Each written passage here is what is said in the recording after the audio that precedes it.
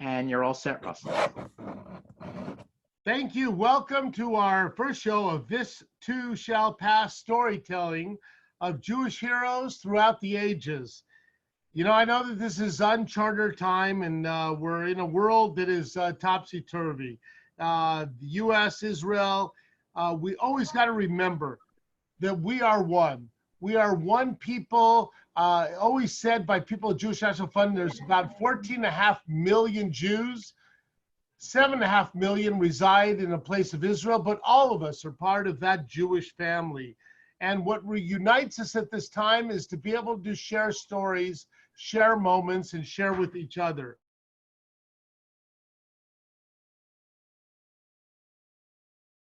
The remaining series, the series that will continue on after this. It is important that throughout this country, that you should know that the Jewish National Fund is there for you, as I know that you are there for us and the people of Israel. We're reaching out, our professionals and our lay people across the United States, talking to thousands upon thousands of our partners, our donors that reside throughout the United States. That is what makes us strong, is keeping this conversation going. That is what makes us strong, being able to share with each other. And that is why today, in This Too Shall Pass storytelling by Jewish heroes, our first one, I want to introduce a man who's devoted his entire life to serving the land and the people of Israel. He is a decorated IDF officer who has served the country in the elite IDF units. He has been in the Secret Service. He oversaw security operations in embassies throughout the world. He's a patriot. He's involved in our work at Ammunition Hill, which really is the only place that depicts the reunification of Yerushalayim to the Jewish people. He's keeping that place alive, but it's alive for us as stories about our connection to Yerushalayim, our connection to that piece of land, but he's also keeping it alive because his father lost his life there when Alon was only a little boy. So, ladies and gentlemen, to our first To This Shall Pass storytelling of Jewish heroes throughout the ages, I want to introduce my friend, Major Reserve Alon Wald. Hi there, Russell. Good to see you. Good to see you all. I'm going to tell you a story. I'm going to try to be as interesting and as inspiring as possible. This is indeed not my usual turf. Things are complicated here. Normally, I have the trenches of Ammunition Hill underneath my feet. Normally, I have amazing displays and state-of-the-art modern facilities to support me. But I'll try to do my best because we are all, most of us, stuck in our homes. And I would really like to share with you something that you can be inspired of, surely during these times. And this is really weird for me because, you know, people are tensed, people are locked in their homes, people are afraid all around us. And there are no Syrians on our borders and no rockets and missiles on the air. And the Gaza Strip is more or less serene and quiet. This is something that we all share now, this sort of tension. So let's try to break it, and I'll try to share with you my own story. I will use some photos and start to tell you a story of a 54-year-old, of a baby child, of a boy, of a young guy, of a soldier, of an officer, of a father, of a human being, same as all of you. And to start the story, I believe you can all see this. This is the story of, just a minute, Ammunition Hill. This is the site, the lovely, beautiful site I'm standing for today. I'm one of the managers of this site. But as far as I'm concerned, this was my childhood playground. From whenever I remember myself, I was running inside an amazing maze of trenches, 300 meters of trenches, 40 bunkers, were which one of the most pivotal, most dangerous, epic battles of the paratroopers was ever fought. 54 years ago, 6-day war, a very famous war in Israel, when the best from our side, the paratroopers of the 55th Brigade, collided against the best on the other side, the Jordanians, in the north side of Jerusalem.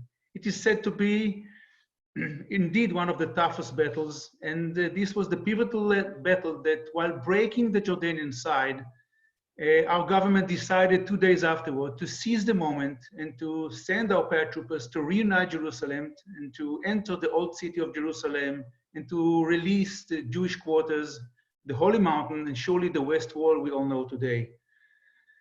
This is an amazing place for me.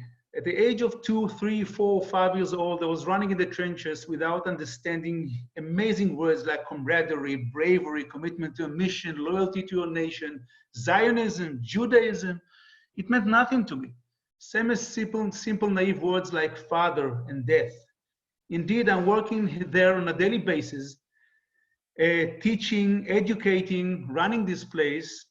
56 meters from the place my father died. My father fell while paving the way to his friends as the combat engineer specialist through the minefields.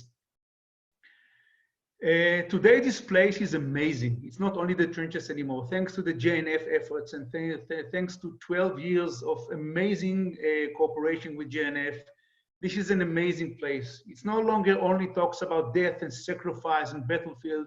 We have an amazing, brilliant museum, and we have amazing places that people can come all over the year and understand what we are talking about, while reliving an amazing story of 54 years ago using 3D displays. And people, indeed, from various ages and from all over Israel and all over the world come there to see. Now it's empty. It's completely empty and it's closed. I can talk for hours about things about the Jewish honoring wall, but I will skip it now. I want to skip all these amazing infrastructures to the beginning of my story. And the beginning of my story talks about one guy, Alon Wald, my late father. And in any full-scale war we faced the past 70 years of our existence, the majority of the fighting units, whenever there's a full-scale war on our heads, are not the enlisted young guys you see all over the streets. The IDF is indeed one of the toughest armies in the world, but the enlisted young guys are not enough to collide against 4 Arab armies, or 7 or 3, you should choose the war we are talking about. 6-day war was 4 Arab armies, and we needed the reservists. And who are the reservists? Same as my father that you see here. They were carpenters, grocery shop owners, fresh grooms, proud young fathers, lawyers, rabbis who had to make within one awful night when the army knocked on their door saying to them, we need you for the greater good because you are also a tank commanding officer, an infantry well-trained guy, an officer. And all my life I tried to understand the moment when they knocked on the door of my father's and my mother's place, pleading him, please leave your personal welfare for the greater good. I wanted to understand the minute my father had to make this click in his mind, shifting from being a lover and a father and a carpenter to a warrior. I had to understand it. This is me and this is my father and this is the beginning of my life. And my father had to go. He had to leave us for 2 weeks of preparations. When a young, stubborn nation decided it couldn't be helped, the need to launch a preemptive strike, and by doing so, they broke the Egyptian army on ground. They actually demolished 300 aviators on the ground. And my father and his friends for 2 weeks prepared to do whatever the paratroopers need to do, to jump behind enemy lines, to jump in from airplanes behind enemy lines. But when the war started, they didn't need them anymore. So they told them, hop on the buses and go to Jerusalem. We'll try to make something else with you guys. The first one to understand that there's a shift in the mission was my father, because he was elevated to become the advisor of Mota Gur 2 weeks before, because when I was born, they told him enough is enough. You did enough in the battalions, you'll be the advisor. And he was one of the first to understand something is going on.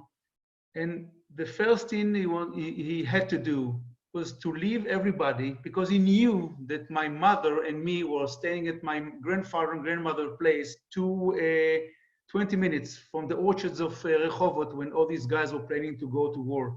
He couldn't go to war without saying goodbye. And he took a jeep with 2 of his guys, and my mother says out of nowhere there was a knock on the door. We were terrified like all the other Israeli nation, like we are today, very much afraid of something which is invisible.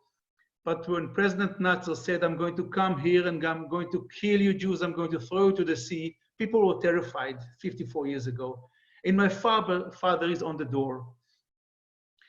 My mother said your father looked intact. He looks like someone nobody can harm him with his camouflage uniforms. He took you on his arms, sniffed your head like he loved to do so many times before. He hugged me very deeply and he walked towards my grandfather. And my grandfather said to me, your father walks towards me with you in his arms. He gave you to me. And he said, guard my son. And I saw in his eyes, he said to me, he wanted to say something, but he couldn't say anything. It was a secret. He came only to say goodbye. And as fast as they came, they disappeared, exited from the door. And one of his guys who came with him said to me, your father was very, very emotional. He took an envelope out of his pocket, a postcard, and he wrote something to you. He wrote it on his lap, and this letter he wrote to us came 4 days after my father was killed. Now, thanks to the JNF, about 12 years ago, we launched an amazing commemoration hall, and we had a budget to make commemoration movies about our fathers. And I had an excuse to go to my uncle and said to him, do you have anything else for my father you never showed me? Because I really want to create an impressive movie about my father. And he said to me, oh, where were you all your life? This is a box, take the box. We have everything kept for you. Because when the postcard arrived, it was so emotional. My mother was in a state of shock. I was a 10-month baby. They couldn't show it to her. And what it was written in there, which I was privileged enough to see when I was 40 years old only. He wrote to us, to my sweet, it's surely written in Hebrew, to my sweet originally, and kind son and my love. He said, Yaldonet, my love, my precious, hello and many kisses. It seems to be that it is coming. It couldn't have been helped, and we must fight. I came over yesterday, but I couldn't say anything. Alone be a man and take care of your mom, grandpa, and grandma. Meidale, this is how we love to call my mother. Be a fighter and take care of everything and everyone until we shall return, and we will return fast. See you soon and lots of kisses, Rami. Yeah, you should need to understand at the age of 40, getting this last will and testament of my father, I was crying like I never cried before. But it showed me something. It is an amazing gem to share with you guys today, and this is what I do at Ammunition Hill. These guys, my father and his friends, were not gods upon earth. They were human beings. They were afraid. They had to be human beings to fulfill whatever they could. And on the way to war, he had to say goodbye. So same as we are today, same as they were human beings. And everybody that listens to me now need to understand that we are indeed facing something difficult.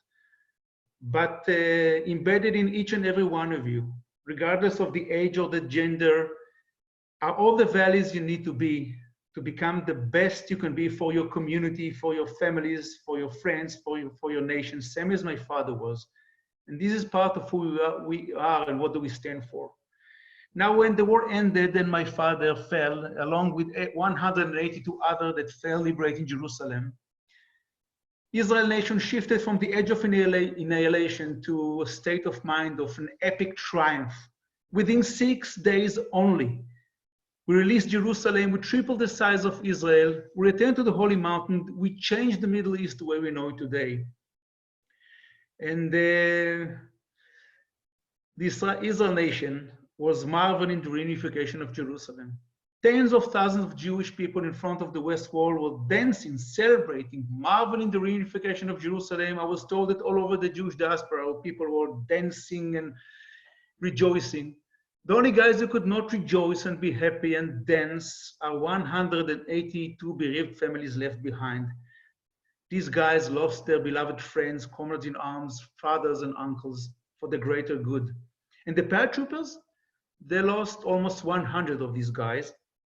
And they were indeed one heck of a big family. And the only guys who bothered to understand they cannot wait for the nation, for the Minister of Defense, and for the bereaved families to deal with the fallen, to deal with the fallen family, the fallen soldiers' families. Nobody could deal with them now, but these guys that you see here on the photos. And 2 days after the war ended, they decided to meet at the apartment of Dr. King, the admired doctor of the brigade, who saved lives with his medics 2 days before, and they divided the families between themselves. And these guys you see here decided a day afterwards to come to my mother's and father's place. And there was a knock on the door, and 10 salt of the earth, amazing paratroopers stepped inside. They were now civilians once again. My mother hardly remembers anything. She was in a state of shock. I was a 10-month baby. What the hell do I know? They pointed at me and they said to her in so many words, maybe Alon, you lost a father. Here, 10 alternative fathers, figures. He will never step alone anymore. Now, these words, this vow, this promise resonated in dozens of other apartments all over Israel. And this vow led to it that I was raised on the laps of amazing Israeli idol figures. Tarzan, Katcha, you see Katcha here on the photo, he died, he passed away about a month ago. Errol, Gedalia Gal, Tzviki Nur, Israel Arel, you see these guys. Some of them became high-ranking officers, parliament members. They never forgot his promise. And from them, I created all my life the puzzle of my late father. How might my father look like? Small gestures, mimics, values, beliefs I collected from them. I wanted to know myself. I wanted to know my father through them, and I had to extract him from them. And we owe them so much, these guys. We are losing them on a yearly basis, on a daily basis, because some of them are 83, 84 years old. And this is my mother. This is what she chose in the memorial. She has dozens of albums of my father wearing uniforms with Uzi rifles, with his guys. She said, no, if you need to remember him as a human being, you need to remember the best night of my life, he said to me, the wedding night of her and my father. Now, I started the story when I was 10 months. Today, I'm sharing it with you when I'm 54. At the age of 40, I was brought to Ammunition Hill to become an educator and to join forces with the JNF. Another age in my life so important to share with you is the age of 17, when the army knocks on my door. Most of us go to the army. At the age of 17, the army sent me the first message, 18 behind the corner, what do you want to do? Hell, I wanted to be a paratrooper. I had so many amazing idol figures. I had an amazing story of my father. I wanted to know him through wearing the red boots of the paratroopers. I wanted to be of service to my nation. I couldn't care less about words like being a brave or hero. I wanted to be of service. I wanted to know myself. But in Israel, I do not know if you know it. If somebody fails in combat, his successor cannot go by definition, by law, to a combat unit. Only if you approach your legal guardian. And 99% of our lives, the legal guardian are our dear, humble, amazing mothers who are behind the scenes all these years. At the age of 17, I didn't even know what I'm loading on the shoulders of my mother. I came to her, pleading her, begging her, Mommy, please, there's an option to you to sign a waiver to the nation stating that you are responsible for me and you allow me to go to a combat unit. In other words, Mommy, please gamble your sanity in my life. You cannot even imagine how difficult it is to confront a mother like I did. I will never forget this scene, persuading my mommy to do so. And at the age of 18 minus 3 weeks, when I was supposed to go, before I was supposed to be recruited, I was summoned to an officer of a lawyer on behalf of the Ministry of Defense that had to see that my mother not been intimidated or forced or manipulated. And we did manipulate emotionally our mothers any way we could, I assure you. And he looked into my mother's eyes saying to her, Ginat, are you absolutely sure you know what you're doing? And she said, yes, with the jaws closed like this. She hated every minute. And you guys, you need to understand that a mother in a situation like this, that looks into her son's eyes, saying to him, I'm going to sign the waiver, she becomes this instant as brave as each and every one of the brave guys I can talk to for hours about. But it doesn't stop there. In order to understand to the full extent who we are, what an amazing one people, one nation we are all. A mother that looks into her son's eyes in a situation so Jewish or Israeli, unbelievable, tough situation like this, saying to him, hate me all your life, I do not care. You will be alive. I do not sign this waiver. She is as brave, you guys. We are all not an Spartan nation. We are not breeding our guys or girls to become martyrs. We worship peace and life and not death and sacrifice. But my mother decided to do so. And to make a long story short, indeed, I became a paratrooper. And for the first 5 years of my service, my mother couldn't sleep very well. But I ran as far away as I could. I wanted to be of service to my nation. And you need to understand that bravery in Israel do not stop in the trenches and do not stop in the borders.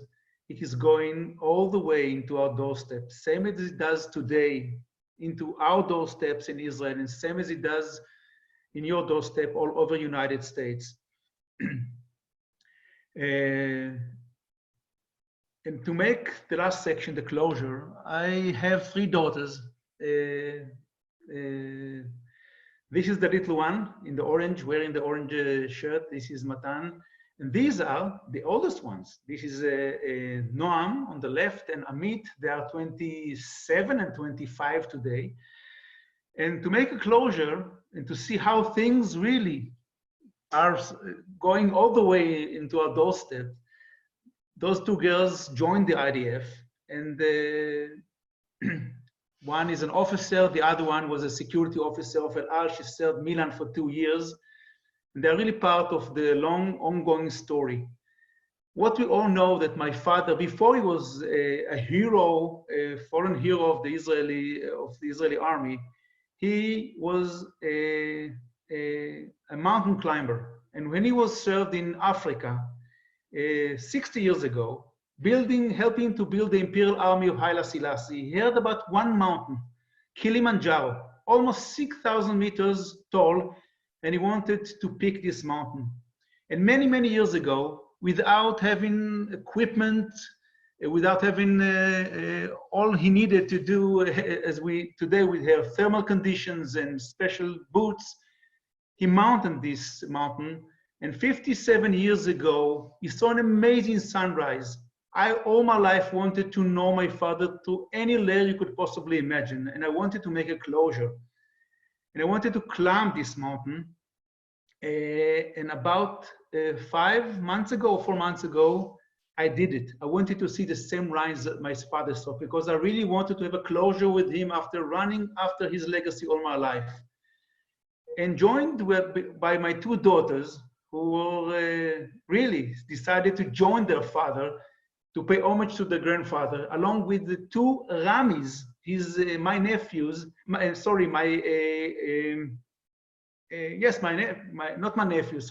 cousins, who sharing the same name of my father. They were born after he died. 19 of us, 3 generations of paratroopers actually, came to Tanzania. You can see my daughter saying to me, Daddy, what the hell were you thinking? It was one of the toughest 5 days of ascending this unbelievable mountain. One of the toughest things we ever did. Try to imagine also being a father, dragging my daughters to something like this. And we started 19 of us to see the same sunrise my father saw, and it was something unbelievable. It is not something you see in sunrises in other places. It's like all the skies are being lit, because the angle is unbelievable. We were standing there seeing the sunrise my father saw. It was really something unbelievable. And after 5 days, we reached this very famous sign. We were crying, we were dancing. There was so much little air and oxygen. But I waited a lifetime to really see what pushed these guys against all odds, against the limits, to secure our nation. We were crying there like we never cried before. We took with us, each and every one of us in our backpacks, all the flags of the paratroopers, the flags of Israel, the flags of the units, and we raised it we are so proud. We felt we really are worthy to this legacy. One of the guys who climbed with us was 73 years old. To my surprise, Yaki Hetz, who received the Medal of Valor at Ammunition Hill, decided, I am going to come with you, regardless of my age. This guy still runs marathons until today. And to show you something of the spirit of these amazing guys, at the age of 73, he showed us what does resilience, what does camaraderie, what does leadership, what does being humble means to us.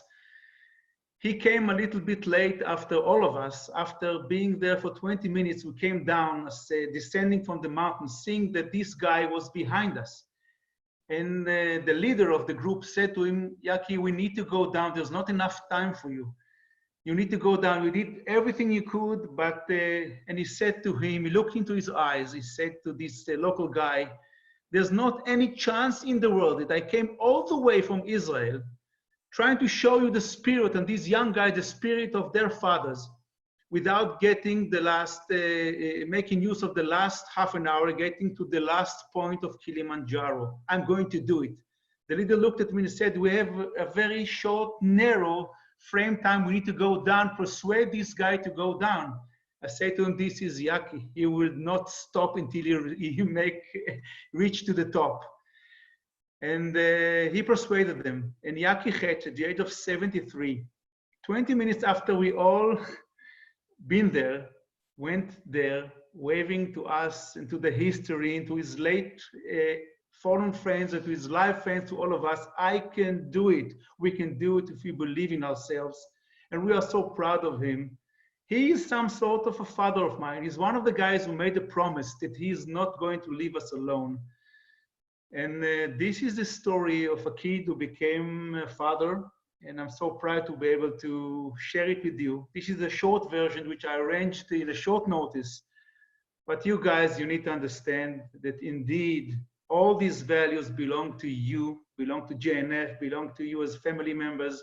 And we can prevail and we can really pass this period. It could last 2 weeks, 2 months, maybe longer. It doesn't matter. We are all together, one big family. So this is the end of the story. This is me. Between my legs is Noam. Somebody took a picture of us very close to the summit. And this is the closure with me and my father. This is my father in the Kilimanjaro. He's now standing literally on the I'm very emotional now, on the clouds. So that's it. That's my story. I hope I was interesting and I inspired you. Take good care. Regards from Israel. Thank you, Alon. I will tell you, for our first This Too Shall Pass storytelling of Jewish heroes throughout the ages, I think you gave us not only the story of a life, but a story of the ages, of generation to generation, who brought us the land of Israel, who gave us Yerushalayim, and who now continue to protect us and bring those stories alive, as well as your children now bringing us continuation of that linkage, of that chain. And if you look across the 75 plus people that are on this call, you see the different generations. And last night we had a JNF Future call, our 22 to 40-year-olds, who the generations are taking over and they're really making a difference every single day. And Alon, thank you for telling us that story. I know that we told people it would be a 30-minute call. I'll entertain 2 quick questions. If somebody wants to unmute and ask a question, Gary will unmute you and we'll do that. Is there 2 people that would like? You can press and hold your space bar to ask a question. If you're on the phone, *6. Hi, Alon. This is Samantha in Philadelphia. And hello, Samantha from Philadelphia. hi, Russell. What a beautiful story. Thank you so much for sharing it. I mean, it's timeless. It's a story of perseverance, and L'Ador Vador is really the theme. And, you know, I think for those of us who are working with younger generations and, like Russell said, trying to engage further the young professional community, I'd love to hear what you think how we can keep the story of Ammunition Hill relevant for the next generation. Do you have a couple points on that we can utilize? Surely come over whenever you can, because it's the best way to understand is to come over. But indeed, we struggled the past 12 years to change the way we tell the story, because kids do not need to deal with death and sacrifice. They do not need to understand who jumped on the hand grenade and who ran to the left and to the right. They will not remember it. They need to understand that behind these stories are values. They need to understand that they can be the same today. They can implement camaraderie and bravery and commitment to a mission tomorrow morning at the youth movement, at the colleges. They can do it whenever they are. And if you adopt the way we did and tell the story of human beings and mediate the story and the values to the way they can understand, to their perspective, then you can gain their trust. And we are doing it on a daily basis, bringing kids at the age of 10, 11, 12, 13. We do not throw them to the trenches and show them how does a hand grenade work. We throw them to the trenches and we are playing with them.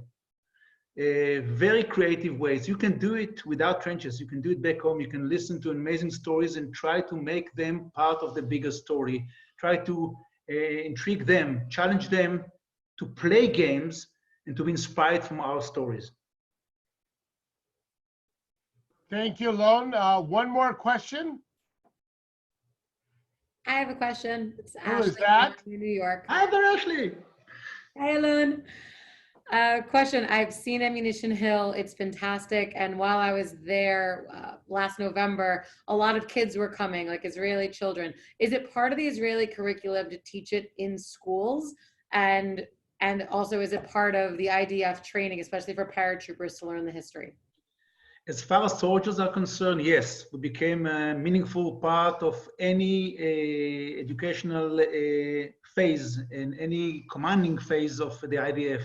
As far as high school kids and mid-school kids, we are getting there. Tens of thousands of kids are coming to Ammunition Hill. They do celebrate their bar mitzvah there. I'm talking about all cities. I'm talking 1,500 kids from the city of Rehovot that annually come to celebrate. I'm talking about at the age of 16 when they come to accept their official citizenship blue card. And they are talking about values. They are talking about means to become a meaningful asset to your nation. Nobody talks to them about sacrifice and about battlefield. So at the age of 13 and 16, many come. It's not part of the curriculum, but more and more high school kids, high school managers adopt this, and we are getting very close to 500,000 people annually that visit Ammunition Hill. This is far beyond our highest expectations, and I'm very proud to be part of this.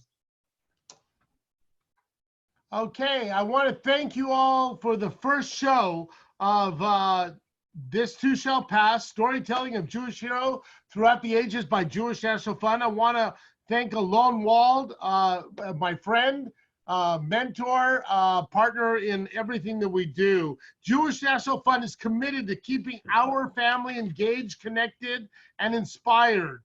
Keep an eye out in your inbox and social media pages for webinars and virtual programs and online get-togethers. We are hard at work creating learning opportunities for these times to stay connected personally.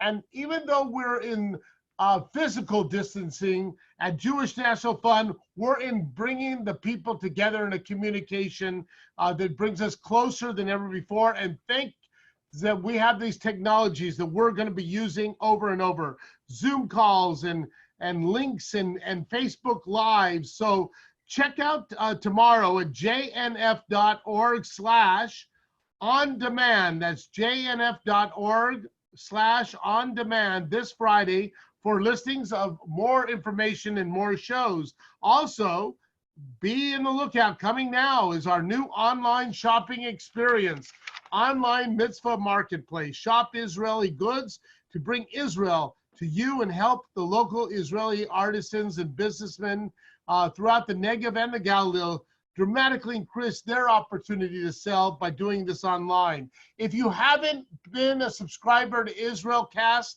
I'm telling you, go on jnf.org/Israelcast. They are the greatest shows. Listen to past shows. Listen to them now. JNF/Israelcast.